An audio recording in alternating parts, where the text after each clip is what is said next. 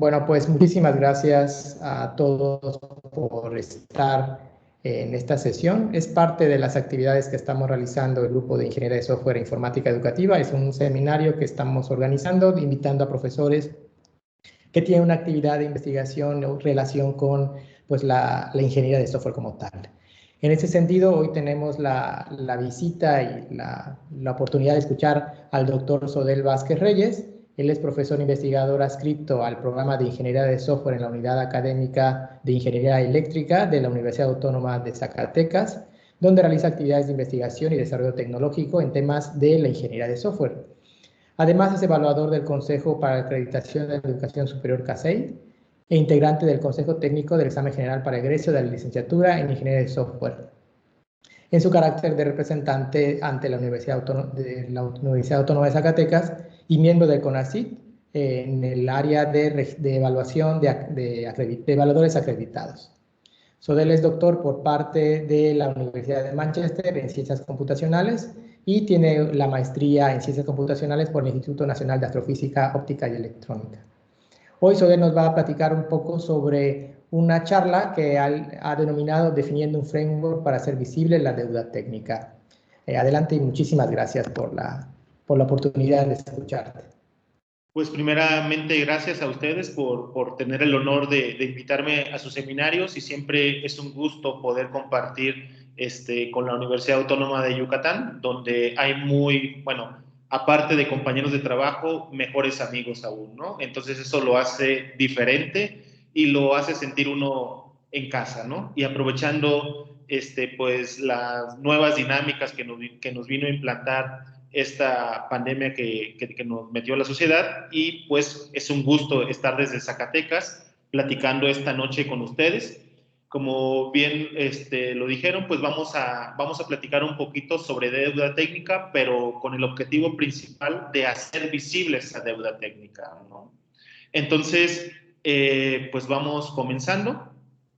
Pues esto es rápidamente lo que vamos a ver, una introducción. Vamos a comentar los tipos de deuda técnica como parte también de la introducción, pero lo más importante, este framework que nosotros hemos venido trabajando, con qué metodología lo hemos implementado, los resultados que hemos obtenido y las conclusiones a las que hemos llegado, ¿no? Porque este es un trabajo práctico dentro de la universidad. Bueno, pues yo empezaría motivando esta plática. Y sin antes también, si alguien en su momento quisiera participar o comentar, para que no sea nada más de un lado esta plática, me pueden interrumpir en el momento que sea, sin ningún problema. Pues aquí con la pregunta que si vale la pena el esfuerzo para el diseño de software. Esta pregunta que luego nos hacemos nosotros y la que yo siempre cuando me toca platicar respecto a este tema hago la analogía con la arquitectura, ¿sí? Aunque nosotros también en el diseño tenemos la arquitectura de software, pero a veces no le damos tanta importancia como en otras áreas, ¿no? De la ingeniería. Y si hacemos la analogía con la arquitectura, pues nos damos cuenta que pues el diseño obviamente que vale la pena porque requiere tiempo y esfuerzo. ¿Y por qué vale la pena? Porque me va a facilitar la evolución de mi software en un futuro. Y no estamos pensando nada más en la solución inmediata. Por ejemplo, nosotros en la arquitectura tenemos pues los planos de cimentación, los planos hidráulicos, los estructurales, los eléctricos, ¿sí? Tenemos diferentes planos antes de empezar a construir una casa.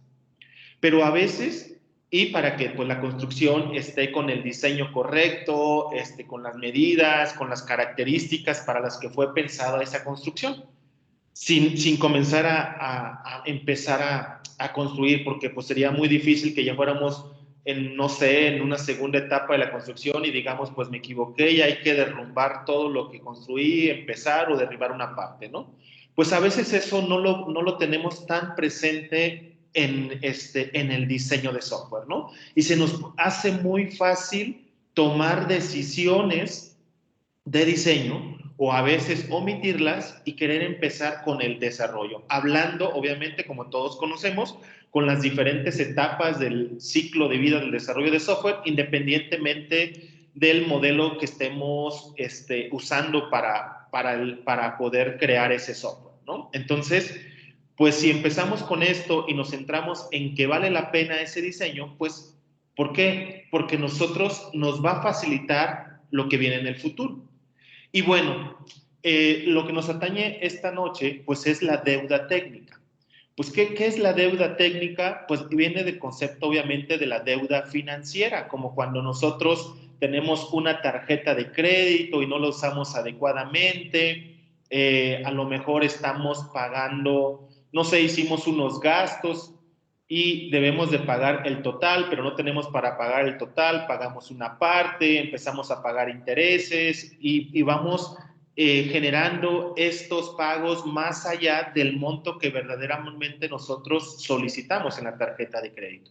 Bueno, en deuda técnica, pues esta deuda, pues realmente es ¿qué estamos pagando nosotros? Bueno, estamos pagando lo que nosotros hicimos mal o no fueron correctas las decisiones de diseño.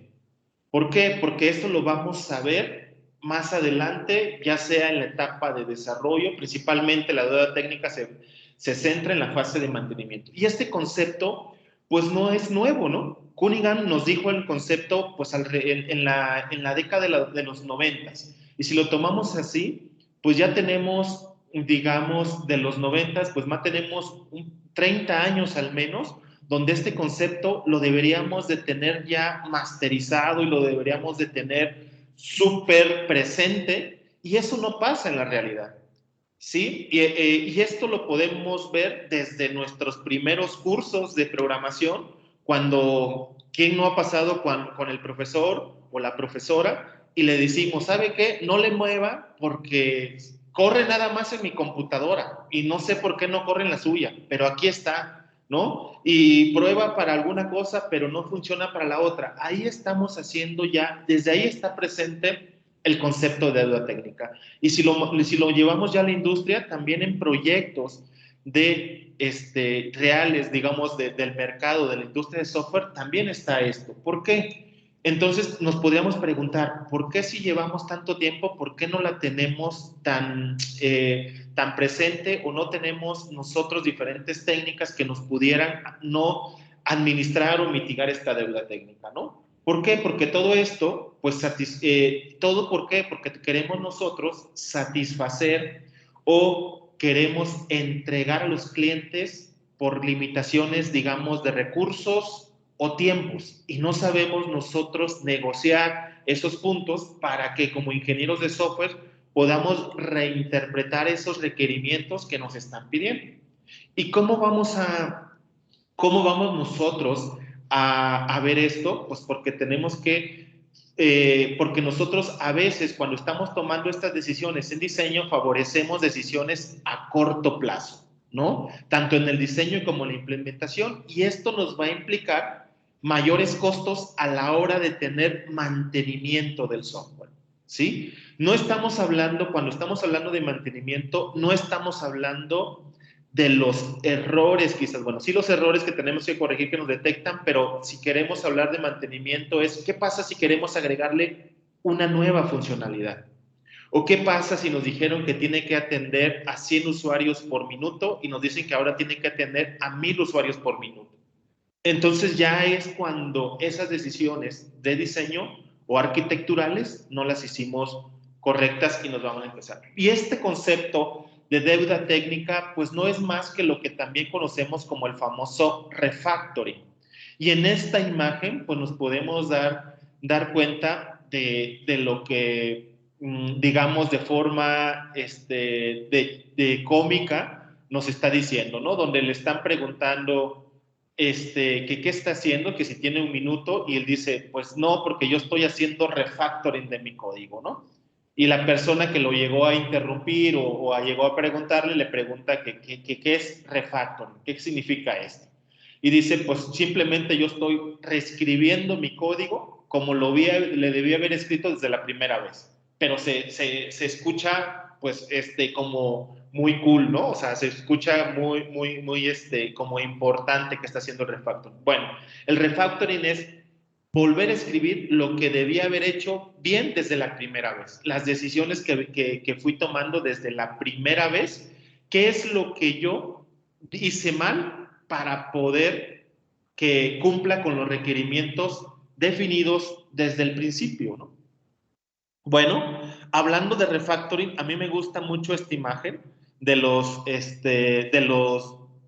bordados de punto de cruz. Mi madre era o es aún, aunque ya no lo hace con tanta frecuencia como lo hizo en años anteriores, pues para hacer esto, ¿no? En la parte de enfrente, pues como nosotros le llamamos el frontend, se ve muy bonito, ¿no? Pero el backend está todo enredado.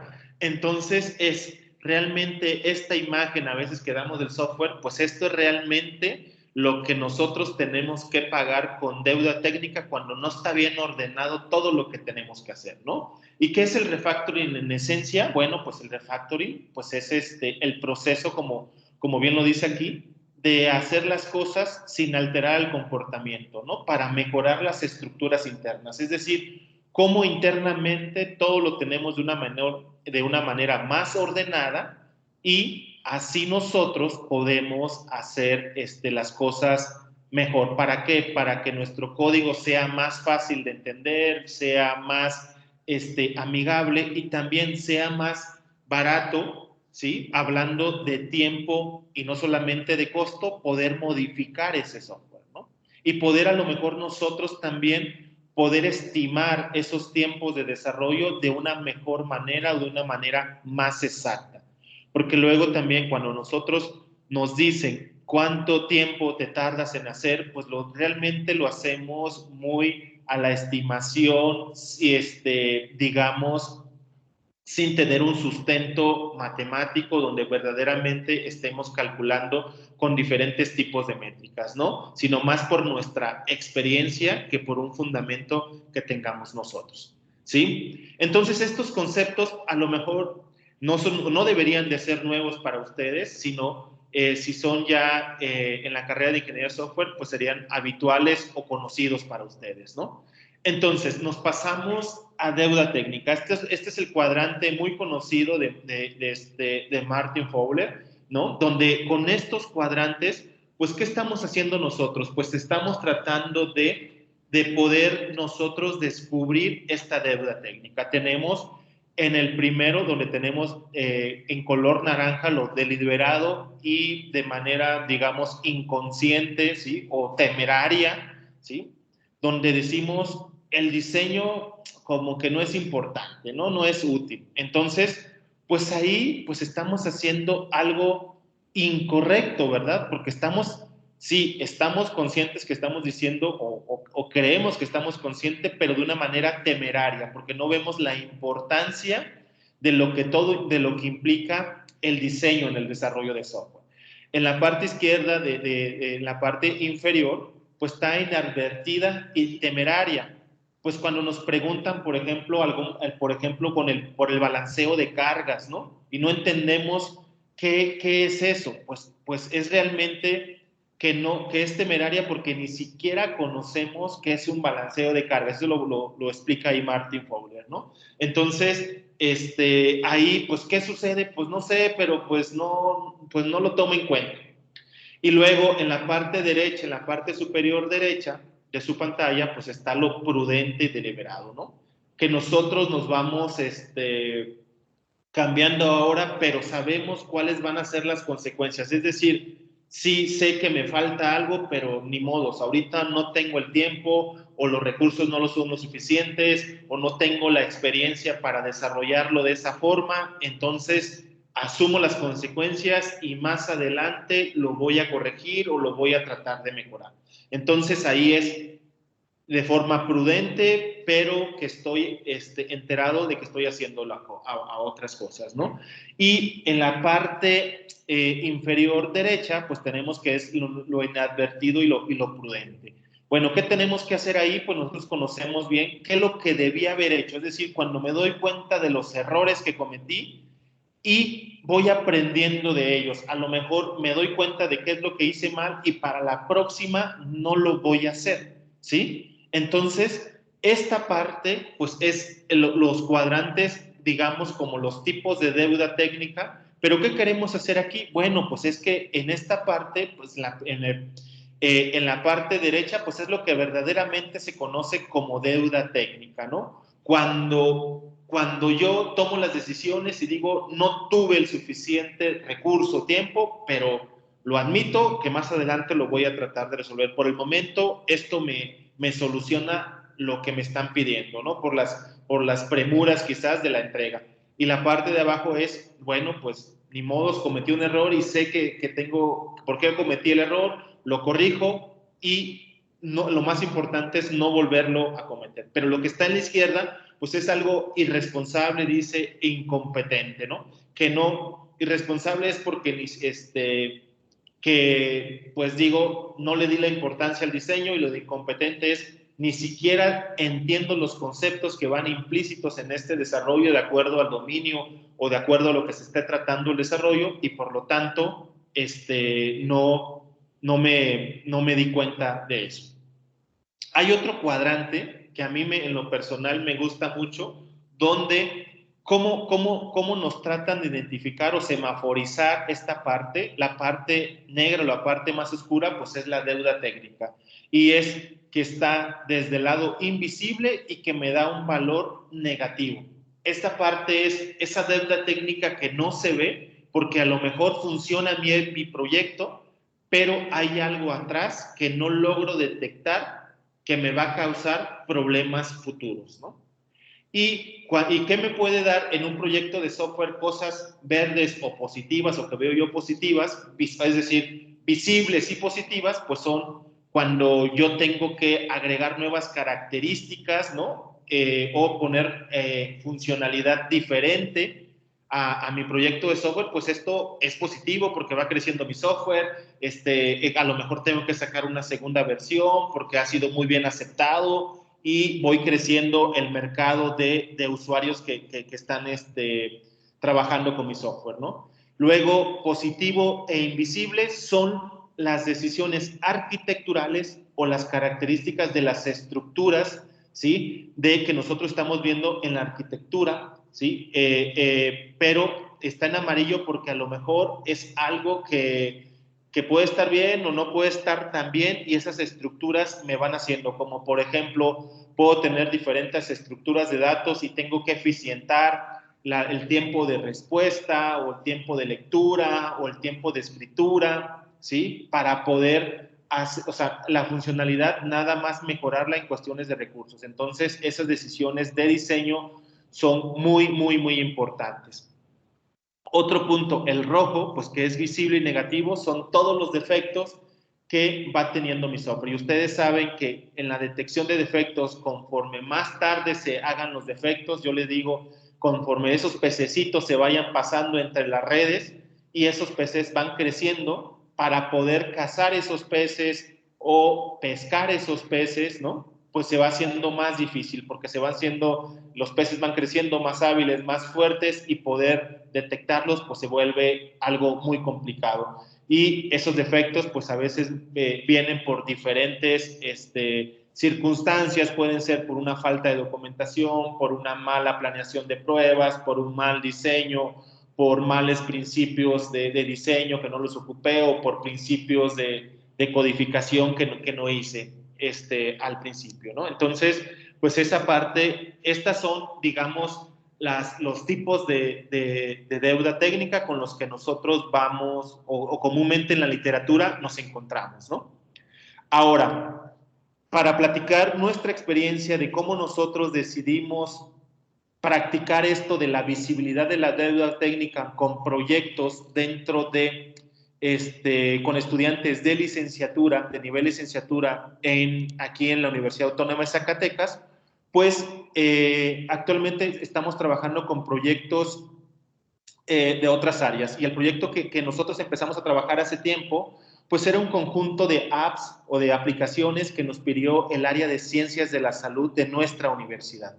¿En qué se enfocaba esto? Pues era poderle dar al coordinador de los servicios sociales, o de los, con nosotros sería de nuestras prácticas profesionales, de los internships, ¿sí? De los estudiantes de medicina.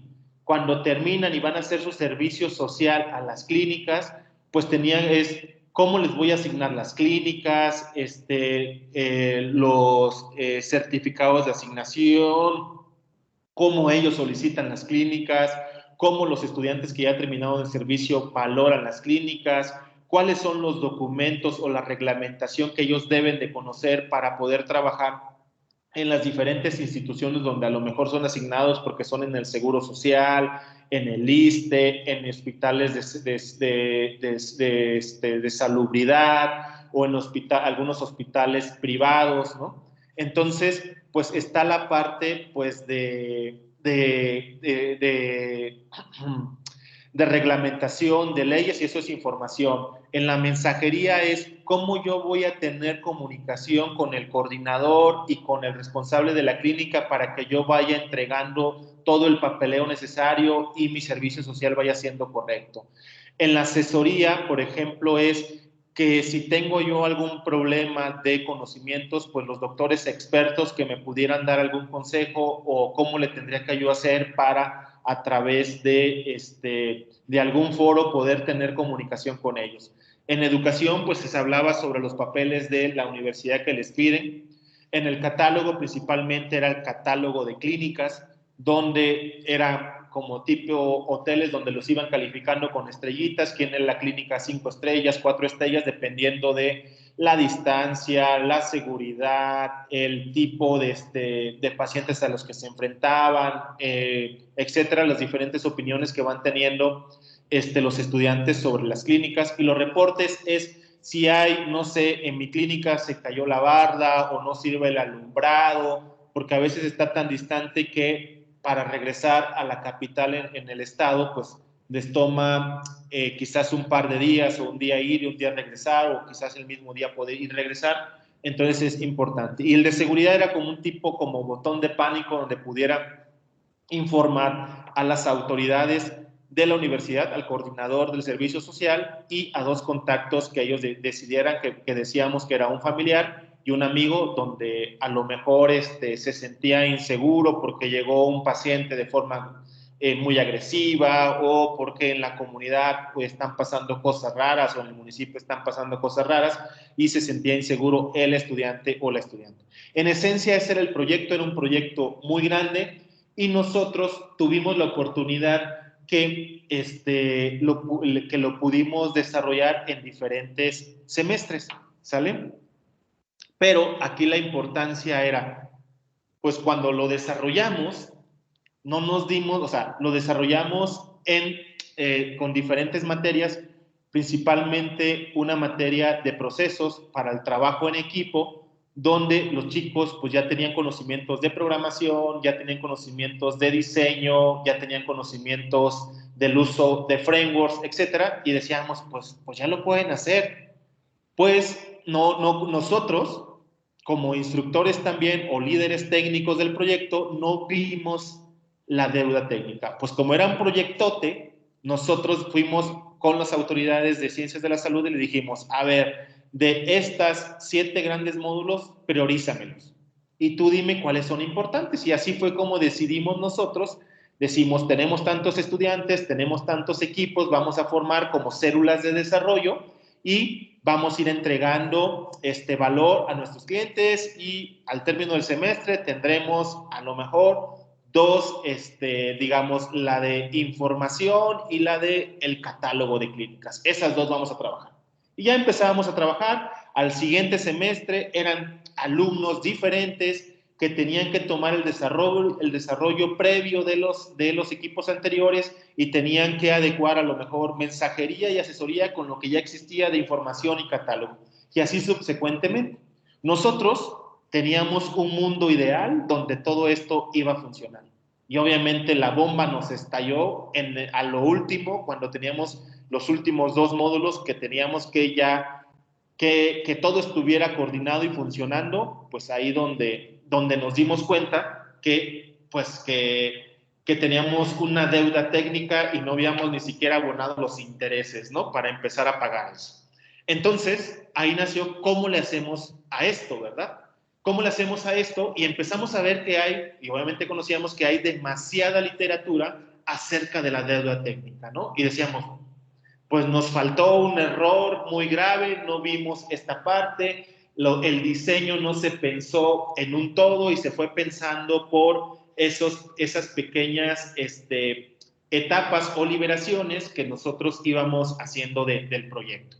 Aquí, para poder empezar a ver cuando ya veíamos que no avanzábamos en el desarrollo y prácticamente nos estábamos en el tercer semestre, estábamos resolviendo problemas de diseño, de integración, de mantenimiento de los primeros 2 semestres y no estábamos haciendo nada de entregando nuevo valor a nuestros clientes, decidimos ver qué estaba pasando con esto. Bueno, pues encontramos nosotros un artículo que para nosotros nos fue muy útil, donde de Ramasubu y Kemerer, donde nos decían que ellos estaban integrando los procesos de la administración de la deuda técnica con la calidad del software, ¿no? Y teniendo esto, pues ellos proponían lo siguiente, proponían 3 grandes pasos, o proponen en su artículo 3 grandes pasos. Primero, muy fácil, pues identifica cuál es tu deuda técnica, hazla visible. Segunda, pues hace una ejecución, un análisis de costo-beneficio para ver qué vas a atacar primero, qué vas a atacar después. Y por último, ya que resolviste todos esos problemas, pues simplemente trata de administrar tu deuda técnica en la vida de tu proyecto. Se escucha muy fácil y hemos visto muchas cosas, pero decimos, esto es muy grande de todo lo que este artículo propone, ¿no? Para la realidad. Entonces dijimos, vamos a empezar y primero vamos a hacer visible nuestra deuda técnica en este proyecto. Y de este artículo nosotros implementamos nada más el paso 1. Identificamos nuestra deuda técnica, ¿no? Para poder continuar después a tratar de resolverla y mitigarla o asumirla o controlarla como cualquier otro riesgo, ¿no? Entonces, para poder hacer ese primer punto, bueno, pues en el artículo nos dice que hay entradas, que hay salidas y que tenemos unas herramientas y técnicas que ejecutar como cualquier proceso, ¿verdad? Entonces, aquí nosotros lo que hicimos es, pues no tenemos experiencia identificando y los autores no dan tanto detalle, nada más nos dicen que están las entradas, que son los activos de software, que son las vistas o la retroalimentación de los stakeholders, los registros de riesgos que tengas, etcétera. Luego de las salidas, pues tendrías que tener pues ya la deuda técnica registrada, tu plan de administración actual, de administración de calidad administrado, actualizar tus métricas que tenías, cambiarlas o lo que tenías que hacer. Y pues hay diferentes técnicas y herramientas con las que podías analizar esas deudas técnicas para decir esta sí es, esta no es. Para nosotros y trabajar con los estudiantes y poder tener un resultado, digamos, pronto, pues dijimos, esto no es para nosotros, la verdad. Entonces buscamos en la literatura y agarramos una segunda referencia, ¿no? Donde tenemos la referencia de Yihumo, donde ellos venían de experiencias del lado de la industria, es lo que andábamos nosotros buscando, ¿no? Porque teníamos nuestros proyectos, digamos, con clientes reales que nos estaban demandando nuestra solución o que siguiéramos avanzando en lo que le íbamos entregando con los diferentes semestres. Ahí nosotros pues teníamos, en este artículo habla sobre un estudio con la industria para ver principalmente cómo nosotros podíamos manejar y hacer visible esta deuda técnica. Dijimos, pues este es lo que nosotros andamos buscando, ¿verdad? ¿Para qué? Para, de acuerdo a los recursos o las entradas con las que nosotros conteníamos o teníamos a la mano o las que habíamos generado, pues apegarnos a nuestra realidad. Es decir, tropicalizar al contexto que esta literatura nos decía, a lo que nosotros estábamos ahí ocupando. Entonces, ¿qué teníamos nosotros o qué nos decían en ese artículo? Pues dice, muy fácil.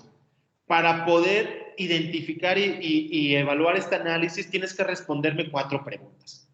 Dice, ¿cuáles son los beneficios de arreglar ese issue o ese problema que tú tienes? ¿Sí? Si lo arreglas, ¿qué te trae de beneficio? Luego, ¿cuáles son o hay riesgos de arreglar? pues si ya se acuerdan que si arreglo 1, descompongo 2 o descompongo 3, o a lo mejor no sé ni qué va a pasar, ¿no? Ah, pues bueno, analiza esto. ¿Por qué ese problema o ese tema que te está, ese dolor que tú tienes en tu desarrollo, por qué no lo hiciste, por qué no lo resolviste antes, ¿no? O por qué lo implementaste así? O sea, esto que te está causando dolor, ese dolor ficticio, ¿no? ¿Por qué lo hiciste si te está causando dolor, ¿no? O por qué lo sigues manteniendo. Luego, ¿cómo arreglar eso? Es decir, ¿y qué recursos se necesitan para arreglar? Bueno, para poder responder esto, decíamos, bueno, pues sí sabemos qué tenemos que responder, pero ahora nosotros, ¿qué tenemos de recursos para poder hacer esta parte, ¿no? Y nosotros poder trabajar.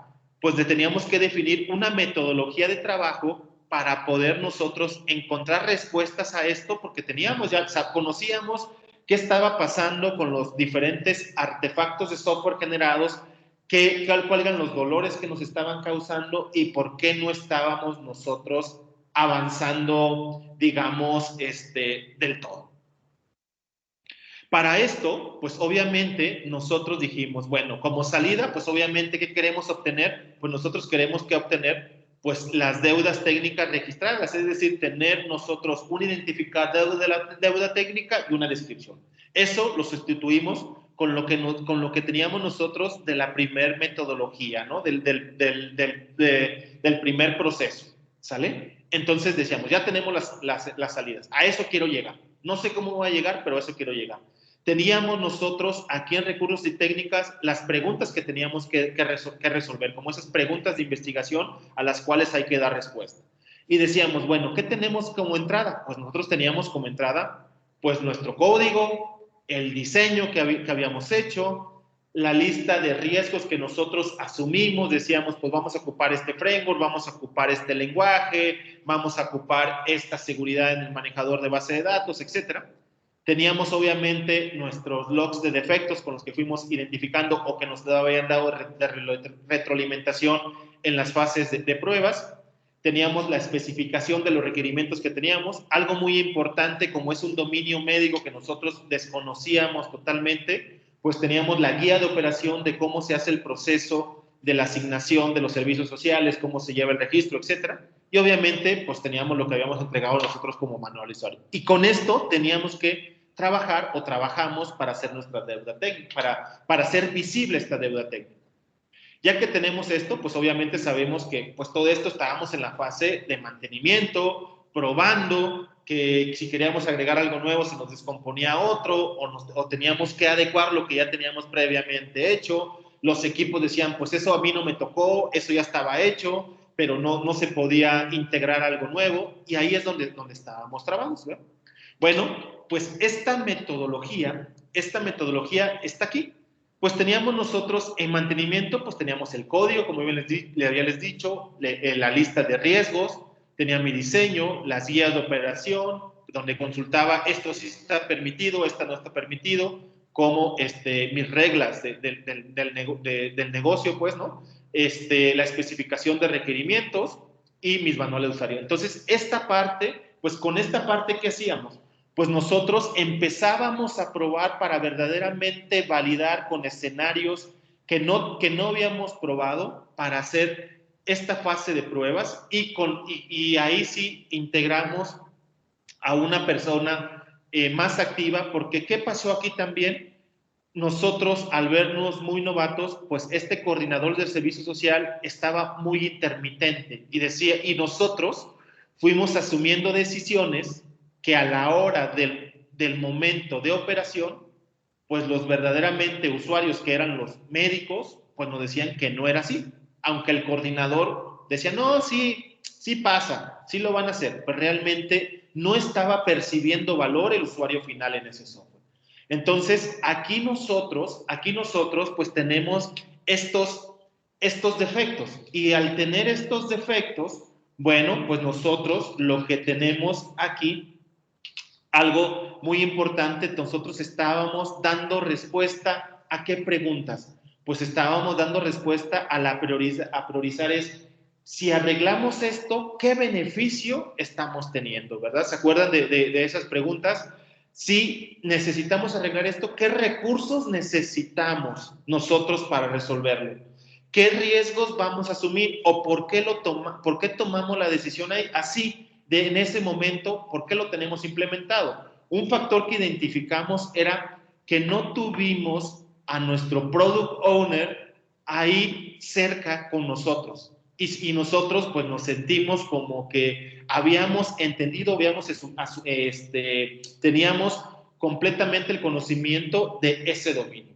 Otro punto que identificamos fue que nos fuimos más por tecnologías que nos daban, que teníamos a la mano antes de hacer un estudio verdaderamente del costo-beneficio de las decisiones de diseño que nosotros podíamos tener. Y eso nos estaba causando ya que muchas cosas, si queríamos actualizarlos, esos frameworks o esas herramientas que habíamos decidido ya no nos los permitían y teníamos que hacer muchas cosas a mano sin estar ya nada más invocando esa funcionalidad, usando esa funcionalidad que podríamos nosotros obtener de otro tipo de herramientas.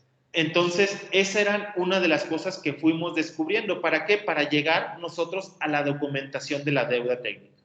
Con esta evaluación de las preguntas que tuvimos, pues realmente teníamos ya nuestra deuda técnica documentada, es decir, nuestros IDs de las deudas técnicas contra las descripciones. ¿Para qué? Para ahora sí tomar acciones y proponerle a nuestros usuarios qué podíamos hacer y nosotros pues tomando o asumiendo esa responsabilidad que nos toca, pero también comunicándole a las personas que nos estaban pidiendo estas cuestiones, pues por qué no podíamos seguir avanzando o por qué teníamos que detenernos para pagar esta deuda técnica, que ahora sí ya sabíamos cuáles eran las causas de la deuda técnica.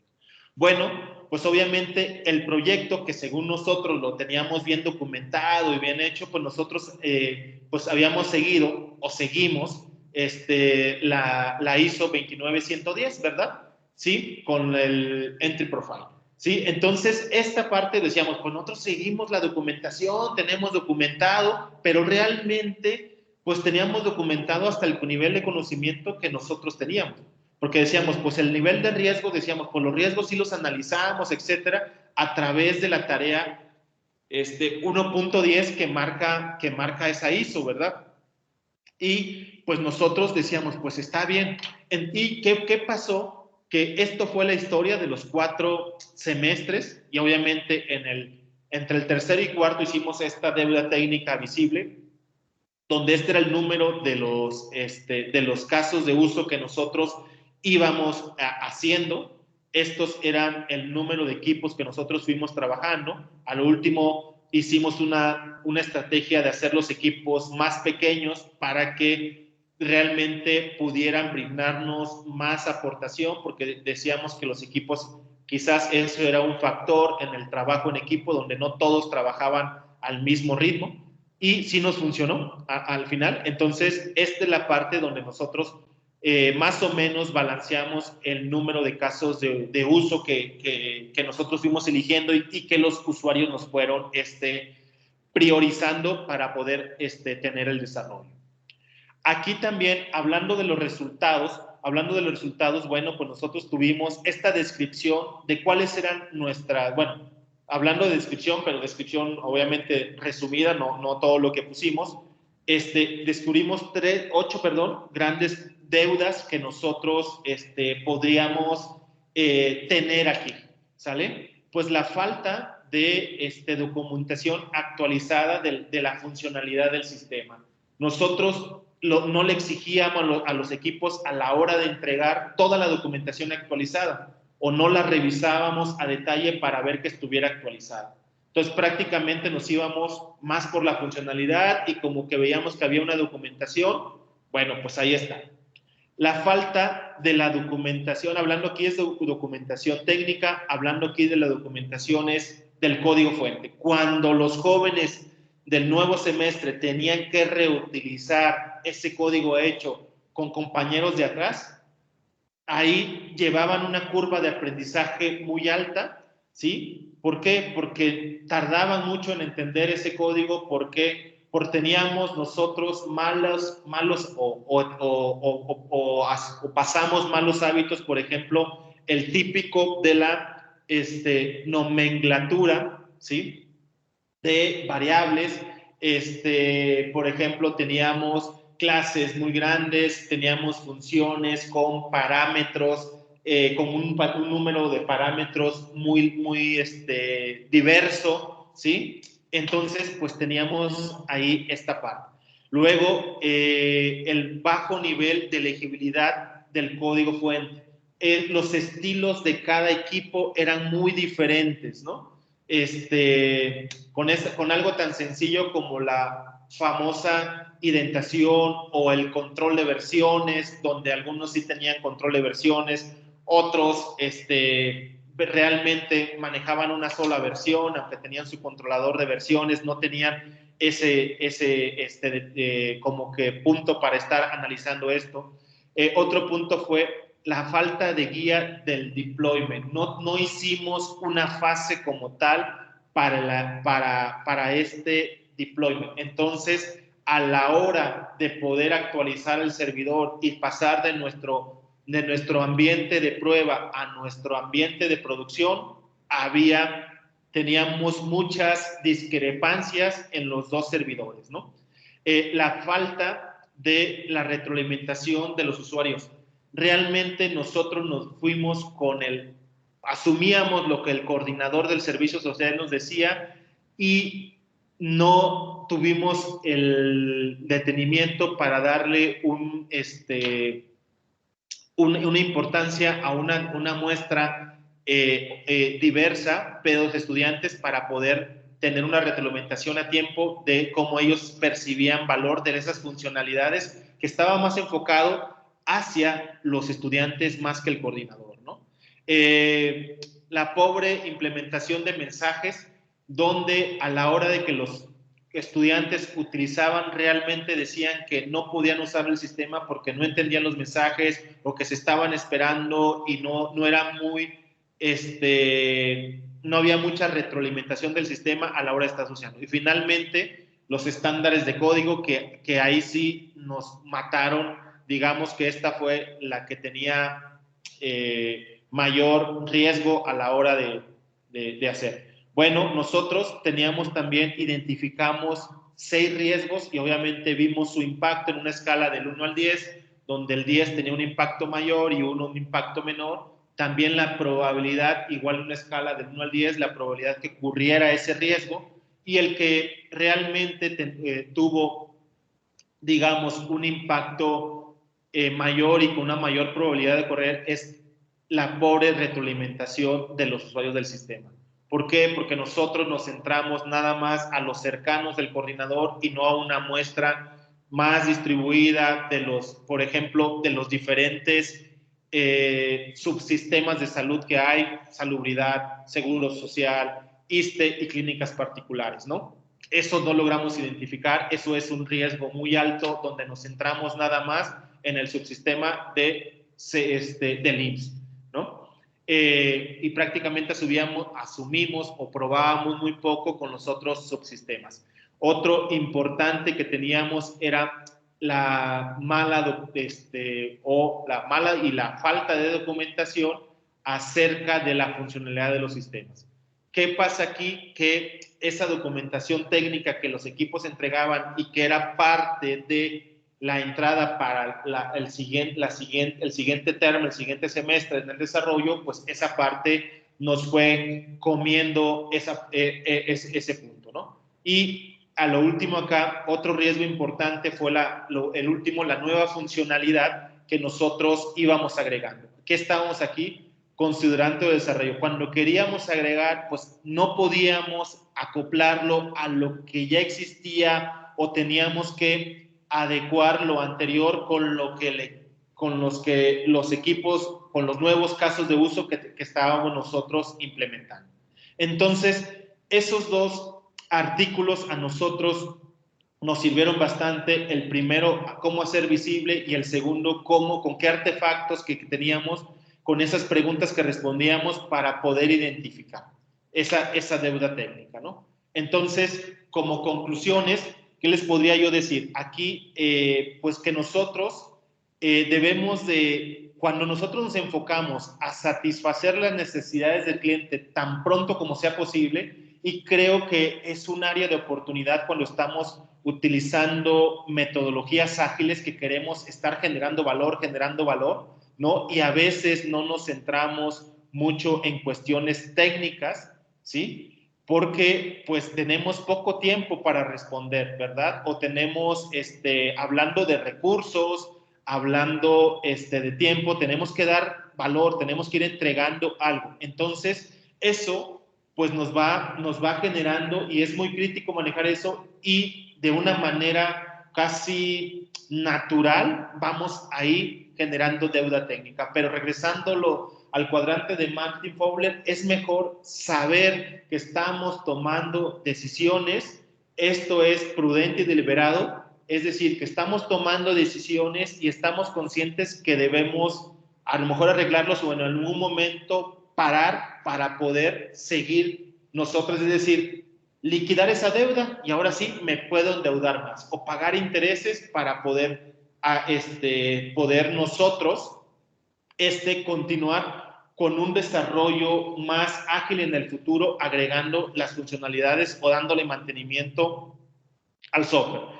Y aquí, una vez que nosotros se supone que hacemos visible esta técnica, lo pongo entre comillas, dice, es más fácil de evaluar y priorizarla. Pareciera así, pero ¿qué pasa? Que ahora tenemos que negociar con el usuario final para ver qué nosotros podemos resolver y convenientemente tomar acciones y controlar en esta deuda técnica. Porque cuando nosotros le decimos a nuestros usuarios, mira, fallé en esto, lo voy a corregir, prácticamente te dicen, bueno, está muy bien, corrígelo, y ¿cuándo me dejas la nueva funcionalidad? ¿Sí? Por ejemplo, este proyecto que nosotros entregamos el año pasado, pues ahora nos piden que funciona para nuestros alumnos de la universidad. A nivel estado lo presentaron en la Secretaría de Salud y ahora lo piden para otras universidades. Nosotros, a pesar de que resolvimos unas cosas de deuda técnica, no podemos escalarlo, digamos, a abrirlo a nivel estatal porque se nos cae nuestra aplicación web, ¿sí? Nuestro aplicativo web se nos cae porque no tiene la capacidad para estar respondiendo, obviamente, en los tiempos de demanda, cuando los chicos están calificando clínicas, cuando los chicos están haciendo solicitudes de clínicas y cuando ellos están en el cierre de su servicio social. En momentos críticos es donde hicimos pruebas de estrés y ahí se nos cae. Entonces, ¿qué tenemos que hacer ahora? Es cambiar de infraestructura para poder evolucionar a este software a nivel estatal. Entonces, pues con eso y con este dibujo, pues yo cierro y muchas gracias. No sé si hay preguntas. Dejé unos minutos para poder tener preguntas, que es lo más importante, y poder tener diálogo con los asistentes del seminario. Muchas gracias. Muchísimas gracias, Odel. Bien, estamos ya en la fase de preguntas. Aquel compañero que quisiera externar alguna situación, adelante.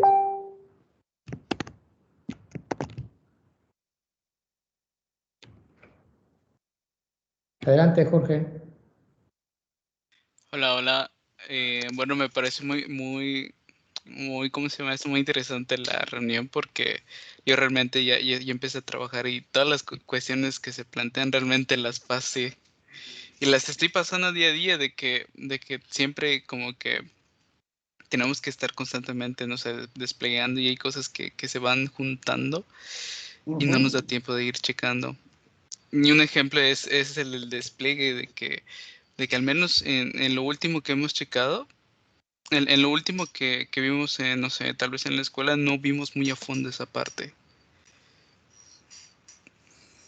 Y bueno, sí, a nosotros eso nos preocupaba, Jorge, y esa también era la intención de que tomamos este proyecto y lo hicimos con alumnos de séptimo semestre, ¿sí? donde sacamos lo peor de ellos, ¿verdad?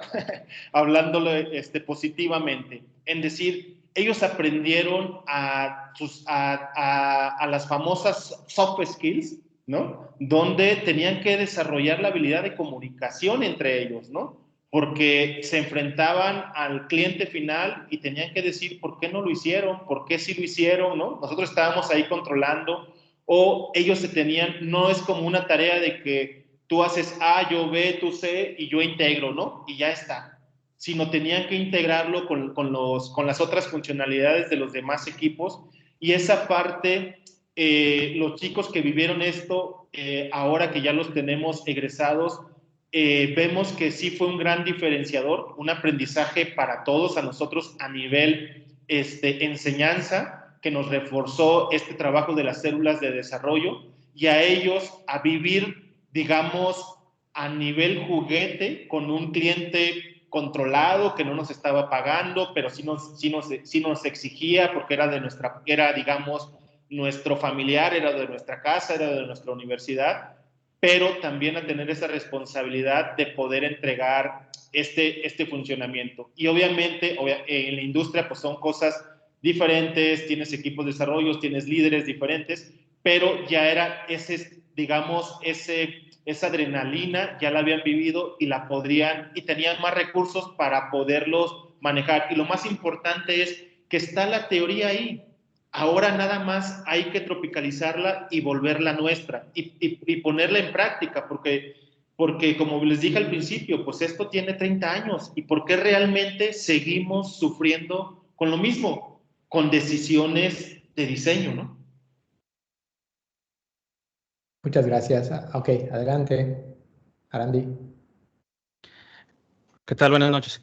Sí, como dices, es algo que ya tiene mucho tiempo y hay mucha documentación y hasta a veces incluso podría verse que, a pesar de que es mucha, creo que es insuficiente porque muchos equipos en la industria trabajan de forma diferente y gestionan esa deuda técnica de forma diferente. Y, por ejemplo, quizás complementando, como ustedes que generaron esos puntos de deuda técnica principales, un equipo lo que haría en un siguiente paso, o lo que hacemos en un siguiente paso, es entonces agregarlos como parte de las actividades que hacemos de desarrollo. Y en una negociación con el product owner y cliente, entonces ahora tratamos de introducir estos pasos para mejorar el sistema a la par a la cual tenemos que añadir funcionalidades. Es una gestión, ¿no? De si un 100% era hacer funcionalidades, bueno, vamos a hacer algo. Vamos a poner un 80% funcionalidades, un 20% arreglar deuda técnica, o un 70-30, por ejemplo. Me gustó mucho la presentación, la verdad, me gustó mucho la presentación. Sí, agregando a eso, Randy, que es muy buen punto el que comentas. Por ejemplo, nosotros ya hemos entregado este año otro software para el área de ciencias de la salud. Con esto se llama Mentally, ¿sí? Esta aplicación es una aplicación web con unos, digamos, cuestionarios, ¿no? En el área médica le llaman inventarios, unos inventarios de Beck para la salud mental, ¿sí? ¿Por qué? Porque en el área de medicina, obviamente, yo creo que en cualquier universidad entra el top de top, ¿no? O sea, aquí en Zacatecas se admiten 200 alumnos y demandan alrededor entre 2.500 y 3.000 alumnos. Entonces, esos 200 alumnos se supone que es lo mejor que hay en el estado para estudiar medicina. Y se enfrentan pues a lo mejor que son estudiantes de excelencia y empiezan a tener no calificaciones tan de excelencia, y ahorita con la pandemia la salud mental se desbordó. Entonces hicimos una aplicación para que ellos, a través de unos cuestionarios y su estado de ánimo, pudiera detectar su salud, lo semaforizara, y a los amarillos y a los rojos les mandara una notificación al área directiva, y la directiva los canalizara con el área psicológica de la universidad para poder ver si verdaderamente necesitaban ayuda, y no esperar a que el alumno se dé de baja, el alumno haga otro tipo de manifestaciones dentro del aula o con sus compañeros, etcétera. Y ahí, como bien lo dices, ahí con esta experiencia que ya tenemos documentada, negociamos desde el principio, ¿no?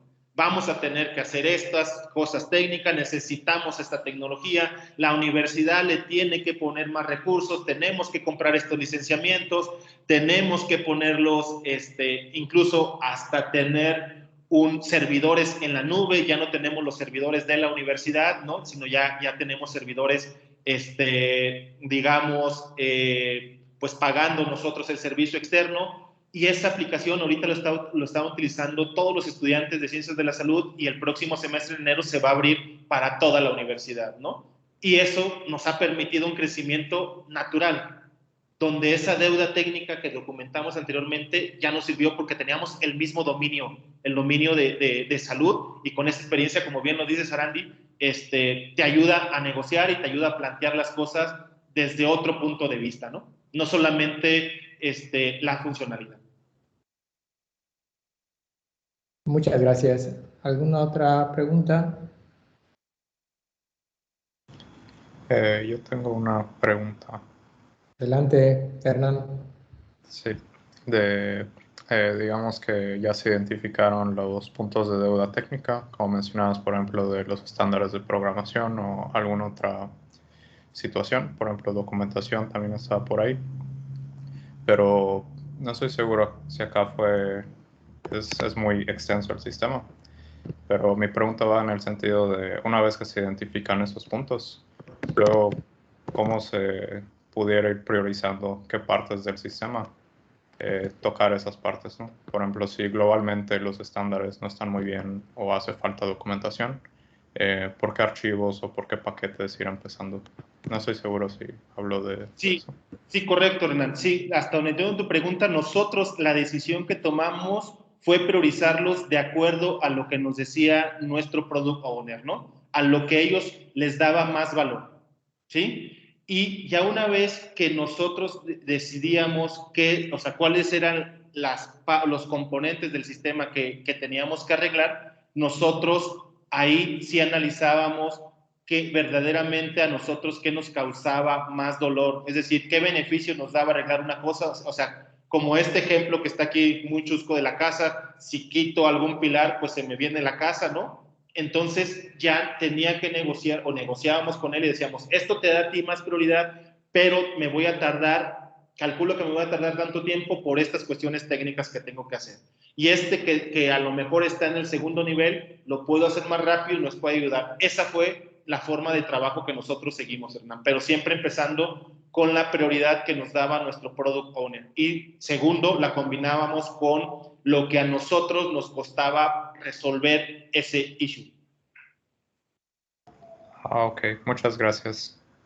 No, ¿de qué? ¿Alguna otra pregunta, alguna duda?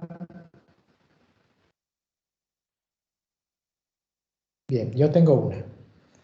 Sí, adelante, Víctor. Todo esto funciona perfecto cuando tienes en tu equipo pues gente que ha experimentado estos problemas o estas situaciones de deuda técnica, pero cuando uno empieza ya a trabajar en un proyecto y su experiencia es solamente lo que tenemos de la escuela, identificar por dónde me pueden venir los golpes pues puede ser algo complicado. De manera general, pues si yo no he revisado la literatura, tendré una idea de por dónde pueden venir los problemas como consecuencia del cambio. ¿Qué podríamos hacer en ese sentido cuando somos novatos o neófitos en esta temática de identificar por dónde me puede venir la deuda técnica? Claro que sí. Mira, lo que nos dejó esta experiencia es que nosotros deberíamos de reforzar nuestro curso de análisis y diseño orientado a objetos. Cosas tan básicas, Víctor Hugo, como principios de diseño, cohesión, acoplamiento, modularidad, ocultamiento de la información. Esa parte, si la manejáramos bien conceptualmente, la podríamos aplicar. Y creo que no le damos esa debida importancia, y nosotros fue algo que nosotros, digamos, que fueron los bad smells, algo que no logramos oler, ¿no? Que empezaba a oler mal y lo pasamos por alto, ¿no? Esa parte que no le dimos la revisión a los diferentes equipos en cohesión y acoplamiento en estas funcionalidades, en estos casos de uso, ¿no?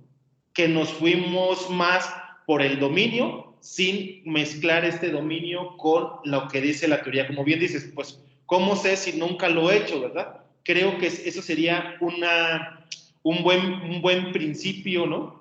Para poder nosotros empezar a ver en eso. Y cuando estamos nosotros codificando, digamos, en la fase de desarrollo, pues estándares de código con el lenguaje de programación que estemos ocupando, ¿no? Por ejemplo, si ocupa estilo de nomenclatura camels, si me está diciendo cómo manejar mis funciones, ¿no? Si yo veo código duplicado, cosas, digamos, que parecen básicas, pero que empiezan a abonar a esa deuda técnica. Esa sería mi recomendación con esta experiencia que tuvimos. Nosotros hablamos en la academia después, nos ayudó mucho y le pedimos a los profesores de análisis y diseño que reforzaran más en cuestiones prácticas. A lo mejor que ellos analizaran, ya no hemos podido tener otra oportunidad de cómo les fue, pero que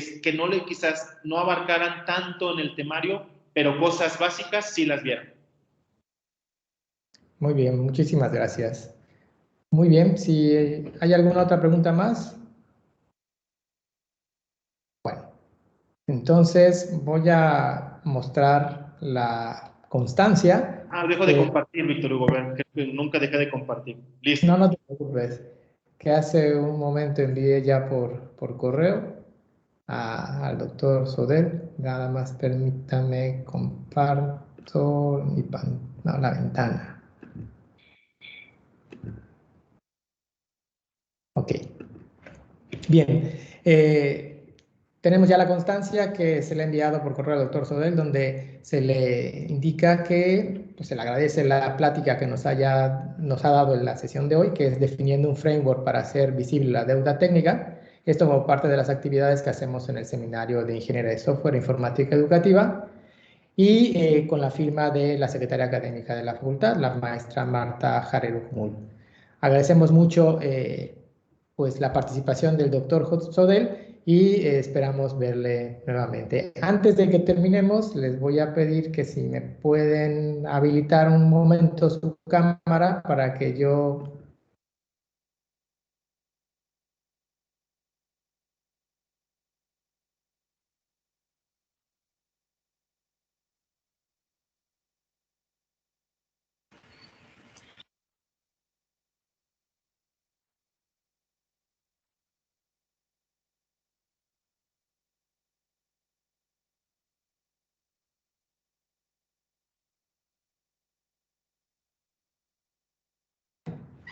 Perdón, me caí un momento. ¿Podrían habilitar su cámara un instante nada más para tomar la foto de todos los que estamos en la reunión? Para que tengamos evidencia.